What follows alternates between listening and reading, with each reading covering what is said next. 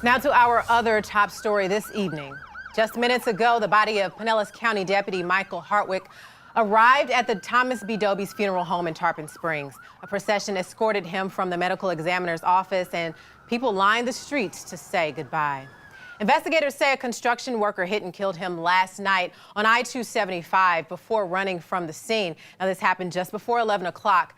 Deputy Hartwick was on the site to help divert traffic. According to investigators, deputies from multiple agencies spent nearly 9 hours searching for the man responsible, but later uncovered a larger concern. 10 Tampa Bay's Shannon Clow is live outside the sheriff's office with the latest updates. And Shannon, now there are 2 people in custody. Well, Emerald, I can tell you this Friday night, it is somber here at the sheriff's office as there's a memorial set up and so many are grieving tonight.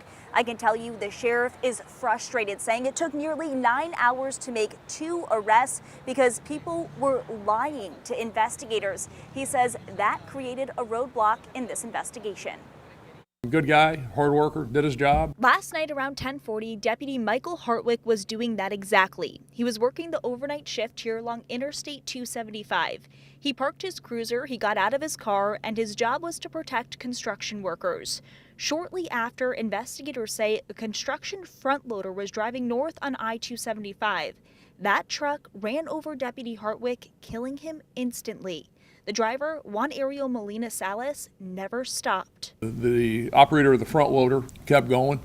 He got on a phone call, called another construction worker, was crying on the phone, not making sense. Sheriff Bob Gualtieri says Molina Salas kept going for about a quarter of a mile, pulling off into a parking area where another construction worker was. He told that other construction worker that he had just killed the deputy and took off his hat and took off his vest, his traffic vest.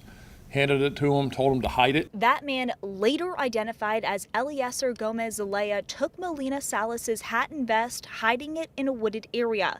Molina Salas ran and hid from deputies. We had to chase him around and sift through all this nonsense with all these people lying, providing fake IDs, and we spent about 9 hours out there chasing this thing down. What delayed the investigation were witnesses lying. Deputies were originally told Molina Salas's name was Victor Vasquez. The worker who hid his hat and vest said his name was Glidden Soto. More lies came from construction workers on scene who showed deputies fake IDs. The sheriff says many of them are here illegally, working for a company called Archer Western. Molina Salas is from Honduras, and the sheriff says he came into the United States illegally from Mexico. We got a dead deputy. The guy shouldn't be here. He shouldn't have been driving that thing. Shouldn't have fled. Shouldn't have done any of this.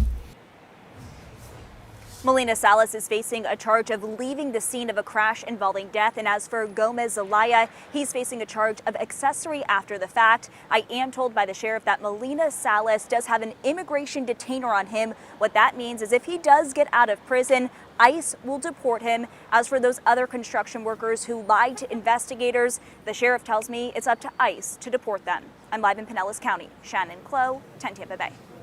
And we looked into that company, Archer Western. They have a Tampa office, but are based out of Georgia.